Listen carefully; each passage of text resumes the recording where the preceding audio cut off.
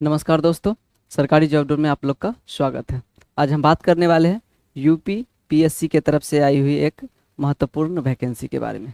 तो चलिए देखते हैं। यूपी पीएससी के तरफ से असिस्टेंट प्रोफेसर के पद पे ये बहाली निकाली गई है। इसमें टोटल पोस्ट जो रहने वाला है 1253 पोस्ट रहने वाला है। तो दोस्तों, इस वीडियो में आप लोग अंत तक बने रहे, पूरी जानकारी विस्तार से देने वाले हैं।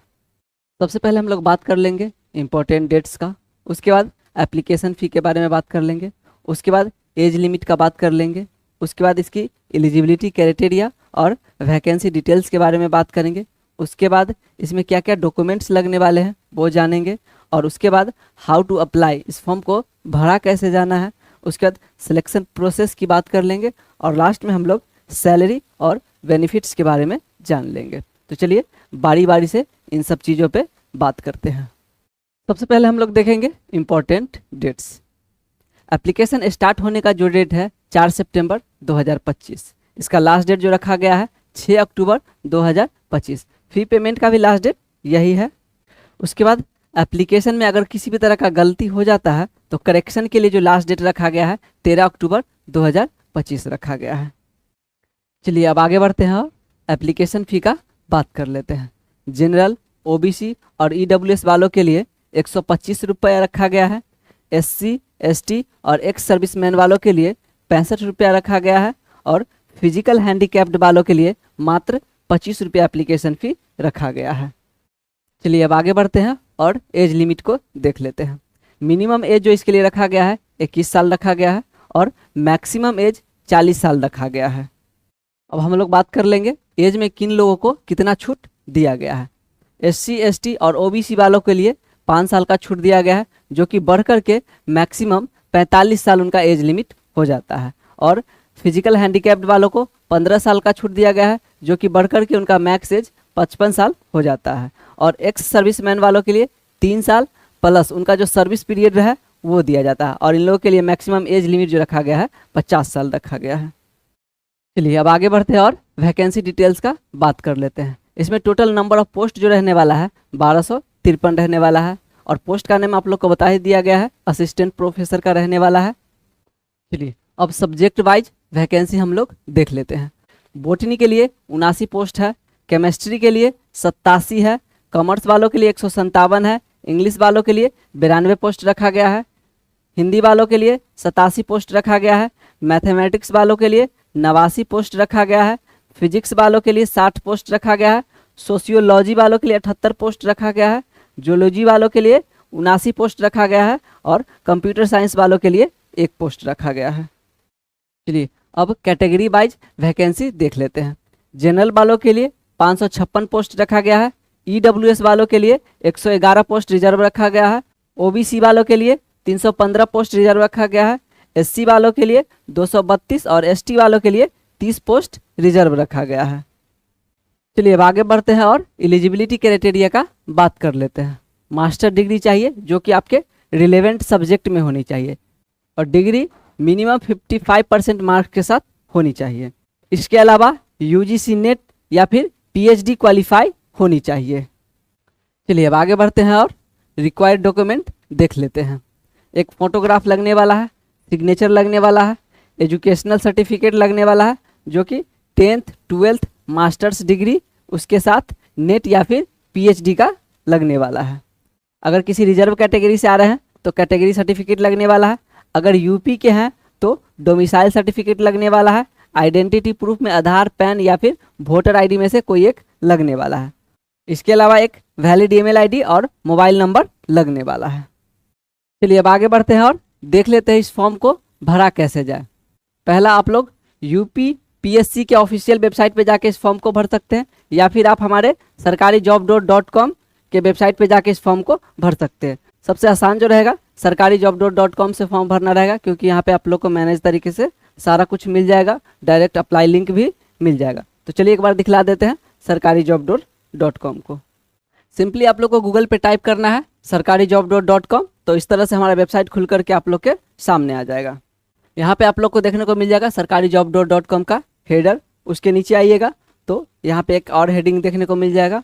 उसके बाद एक सर्च बार का ऑप्शन दिया गया है, और उसके नीचे आइएगा तो यहाँ पे आप लोग को ज्वाइन व्हाट्सएप चैनल, जहाँ से आप हमारे व्हाट्सएप चैनल से जुड़ सकते हैं। ज्वाइन टेलीग्राम चैनल, यहाँ से आप हमारे टेलीग्राम चैनल से जुड़ सकते हैं। उसके बाद हमारा यूट्यूब चैनल का लिंक दिया गया है, जहाँ से आप हमारे यूट्यूब चैनल से भी जुड़ सकते हैं।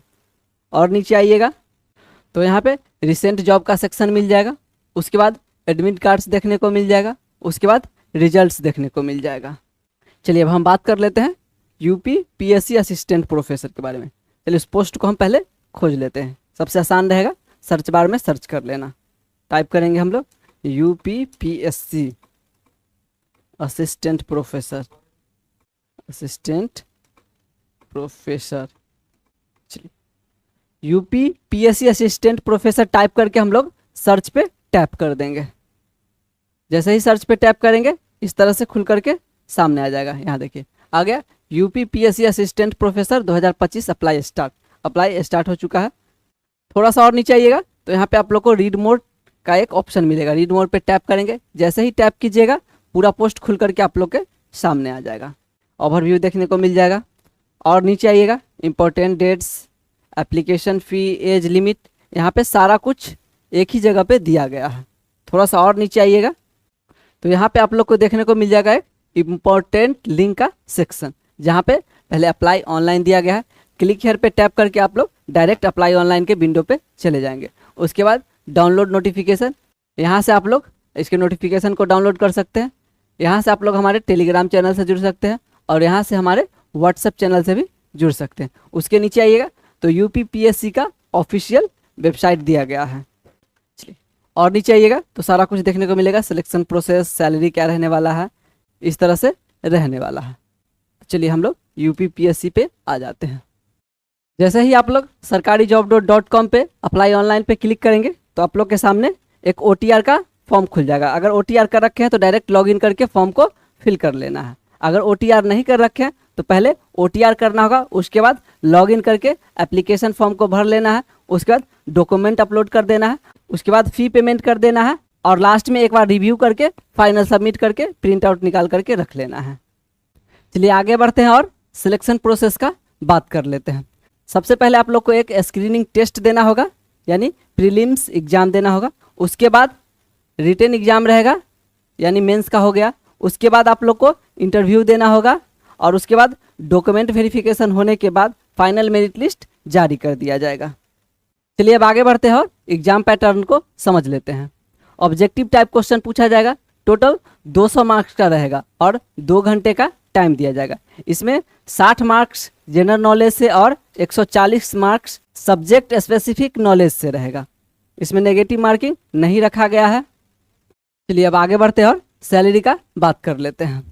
इसमें जो पे स्केल रहने वाला है 56,100 से लेके 1,77,500 रहने वाला है। लेवल 10 की ये वैकेंसी है। इन हैंड सैलरी का बात कर ले तो लगभग 70,000 से 2 लाख रुपया पर मंथ रहने वाला है। चलिए अब आगे बढ़ते हैं और सुविधाओं के बारे में जान लेते हैं।